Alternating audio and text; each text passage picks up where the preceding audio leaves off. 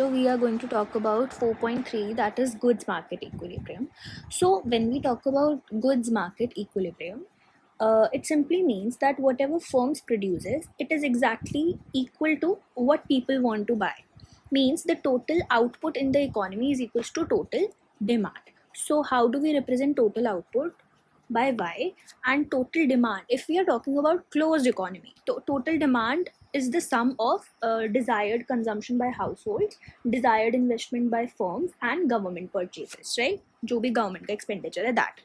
So the total demand in the closed economy is the summation of all these three. So condition for goods market equilibrium is this, right? Where total output is equals to total demand. So we say अगर economy में equilibrium नहीं है, for say y is greater than the demand, मतलब output is greater than total demand, so that is the condition of excess supply. क्योंकि supply ज़्यादा है, output ज़्यादा है then what the demand is. So उस case में क्या होगा, अनसोल्ड स्टॉक जो है वो इंक्रीज हो जाता है, राइट? क्योंकि डिमांड उतनी नहीं है but output is higher. So when we talk about जब डिमांड ज़्यादा है आउटपुट से, then this condition is called excess demand. वहाँ पर हम कहते हैं कि there is a shortage of goods and services, right? कि demand ज़्यादा है but production उतना नहीं हुआ है. Okay, so there is an alternative way to look at goods market equilibrium, that is where desired savings is equals to desired investment. Because अभी ऊपर हमने discuss किया equilibrium condition is where output is equals to demand, right? Through this we can reach this. See, considering this equation, taking consumption and government purchases on the left side and keeping the investment on right side, we can say this is desired savings, national desired savings, right? So we get this. So we can say this is an alternative way to look at the goods market equilibrium. So let's understand the goods market equilibrium through the diagram, right? So जब हम diagram की बात करते हैं, on x-axis we consider savings and investment, and on y-axis we consider real interest rate, that is R. अगर हम savings curve की बात करें तो savings curve is upward sloping, because as real interest rate increases savings increase करते हैं, because households then have more incentive to save more, right? Because उनको ज़्यादा रिटर्न्स मिल रहे हैं. And when we talk about investment, तो investment is downward sloping curve, because investment and real interest rate, these two have inverse relationship, because जितना ज़्यादा interest rate होगा उतना ज़्यादा एक एक्सपेंसिव होगा इन्वेस्टर्स के लिए इन्वेस्ट करना, क्योंकि बोरोइंग कॉस्ट बढ़ जाएगी. हमने लास्ट क्लास में बात किया था, इंटरेस्ट रेट के बढ़ने पर यूज़र कॉस्ट बढ़ जाती है, so that makes investment more expensive. तो उतना कम वो लोग इन्वेस्ट करना चाहेंगे जितना ज़्यादा इंटरेस्ट रेट होगा. So that's why investment is downward sloping and savings curve is upward sloping. और जहाँ पर इन दोनों का इंटरसेक्शन होता है, that is the equilibrium point, जहाँ पर savings is equals to the investment. So the corresponding point is the equilibrium interest rate and equilibrium savings and investment, right? Okay, so we have discussed savings is upward sloping, investment is downward sloping. Now let's talk about adjustment mechanism.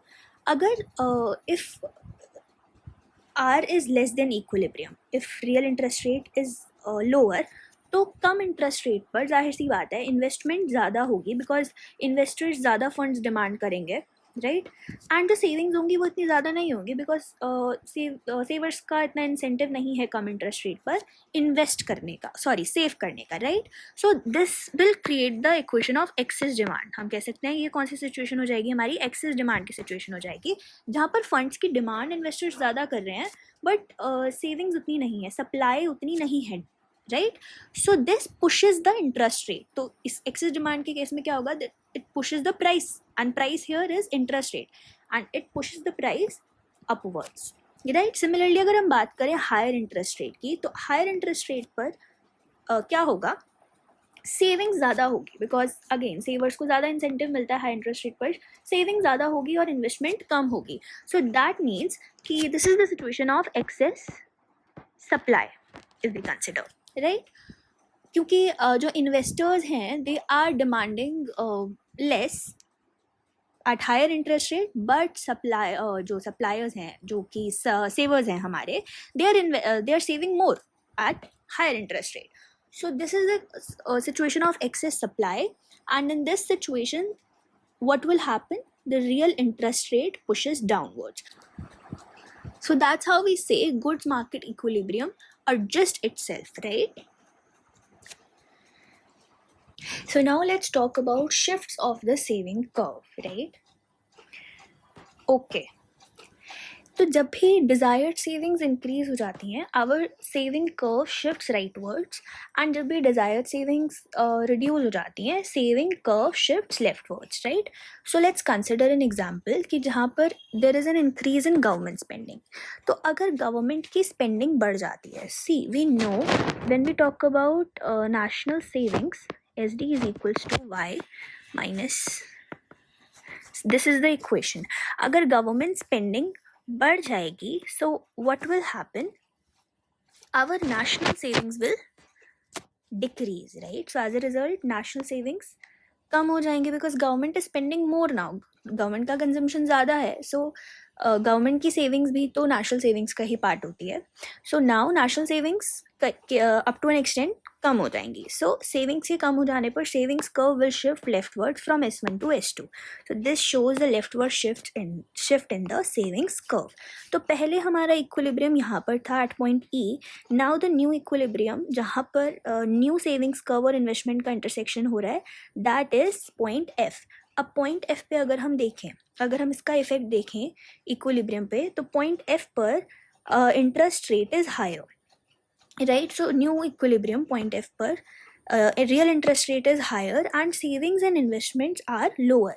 सो अगर हम investment की बात करें, so here we say government की expenditure करने की वजह से सेविंग्स कम हो गई, राइट? सो नाउ जो फंड्स अवेलेबल हैं फर्म्स के लिए बोरो करने के लिए वो कम है, राइट? क्योंकि सेविंग्स कम हो गई तो इंटरेस्ट रेट बढ़ गया. सो वी कैन से कि गवर्नमेंट ने ज़्यादा फंड्स यूज़ कर लिए. So now real interest rate के बढ़ने की वजह से अब जो प्राइवेट इन्वेस्टर्स हैं, नाउ दे आर डिस्करेज, क्योंकि अब वो इतना इन्वेस्ट नहीं कर पाएंगे, वो इतना फंड्स बोरो नहीं कर पाएंगे क्योंकि रियल इंटरेस्ट रेट हाई है, उनका इन्वेस्टमेंट गिर जाता है. So this effect is known as crowding effect, crowding out, right? जब due to higher government expenditure it leads to lower savings, right? और लोअर सेविंग्स की वजह से रियल इंटरेस्ट रेट बढ़ जाता है एंड एज अ रिजल्ट जो private firms हैं वो कम इन्वेस्ट कर पाते हैं. सो जब गवर्नमेंट की एक्सपेंडिचर बढ़ाने की वजह से फर्म्स की इन्वेस्टमेंट कम हो जाए, that effect is known as crowding out. I hope this is clear. So now we talk about shifts of investment curve. Same different factors की हम बात करते हैं. बहुत factors की वजह से investment भी affect होती है. So अगर कोई भी factor investment को बढ़ाता है, so investment curve shifts rightwards, and किसी भी factor की वजह से अगर investment कम होती है, so investment curve leftward shift हो जाता है, right? Okay, consider an example where there is an increase in investment because of any factor. So investment curve shifts rightwards, right? So I1 से I2 shift हो जाता है investment, that is rightward shift. So पहले जो equilibrium था that was at point E, right? So interest rate was R1 and this was the savings and investment. Now the new equilibrium where new investment intersect savings curve is point F, जहाँ पर हमारा interest rate बढ़ जाता है. Now consider this, investment बढ़ने की वजह से, since investment बढ़ गई है, investment curve has shifted towards right, investment बढ़ने की वजह से now जो अगर हम इसको इंटरप्रिटेट करें, इसका मतलब क्या है, जो कि फर्म्स हैं वो ज़्यादा फंड्स डिमांड कर रहे हैं, they want to invest more. So this is the situation of excess demand, जो हमने ऊपर भी डिस्कस किया था. तो जब डिमांड ज़्यादा होती है, प्राइसेस विल गो अप. तो यहाँ पर प्राइसेस क्या है, interest rate. So as a result interest rate increases. So now we understand कि इन्वेस्टमेंट के राइटवर्ड शिफ्ट होने की वजह से इंटरेस्ट रेट क्यों बढ़ता है. देन वी से, अगर हम यहाँ पर ओवरऑल इफेक्ट देखें कि सेविंग्स एंड इन्वेस्टमेंट भी बढ़ जाते हैं. सो सेविंग्स क्यों बढ़ते हैं, if we consider, see interest rate जब बढ़ता है तो सेवर्स के पास अब ज़्यादा इंसेंटिव है, now they are getting higher returns, तो वो सेविंग्स भी बढ़ा देते हैं. So we say at new equilibrium real interest rate increases and savings and investment increases, right? So higher investment demand means higher real interest rate and which leads to higher savings and investment. So now we are going to talk about 5.2, which talks about goods market equilibrium in an open economy. So earlier we have studied goods market equilibrium in a closed economy, right? Where savings was equals to investment. But now we move to open economy where countries interact with the rest of the world. So in an open economy, we say saving has two uses, right? Either it is used for domestic investment or it is lent to foreigners, right? So we say savings is equals to I plus CA, right? Where CA is represented, where CA represents current account. All right, so let's break down the current account. So what current account actually includes? When we talk about current account, it includes net exports and net factor payments. So net export is exports minus imports, and net factor payment is income received from abroad minus income paid to abroad. That is what current account includes. So to simplify the analysis, we assume that net factor payments are zero, right? So CA is equals to NX only, since NFP की value क्या हो गई, zero हो गई, right? So equilibrium condition becomes in the place of CA now we write NX only, right? Because CA के components थे NX plus NFP, and since NFP is equals to zero, so we can say current account की जगह we can write NX. So now the equilibrium condition, यहाँ पर अगर हम CA की जगह NX को replace कर देंगे, it becomes savings is equals to investment plus net exports, right? So let's talk about the goods market equilibrium equation in the aggregate supply and aggregate demand form, right?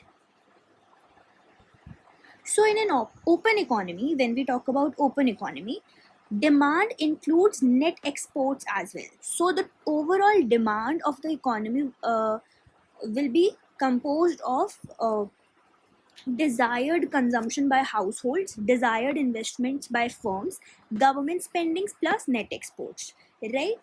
So rearranging it, we can get the equation that net export is equals to output minus domestic spending. अगर हम इसे consider करें, this is desired consumption, desired investment plus government spending, that is domestic spending, जिसे हम absorption भी कहते हैं.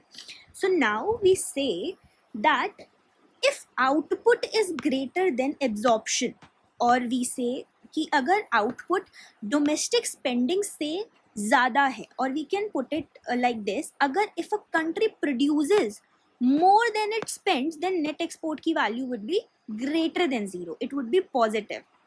And if a country spends more than what it produced, then net export will be negative, right?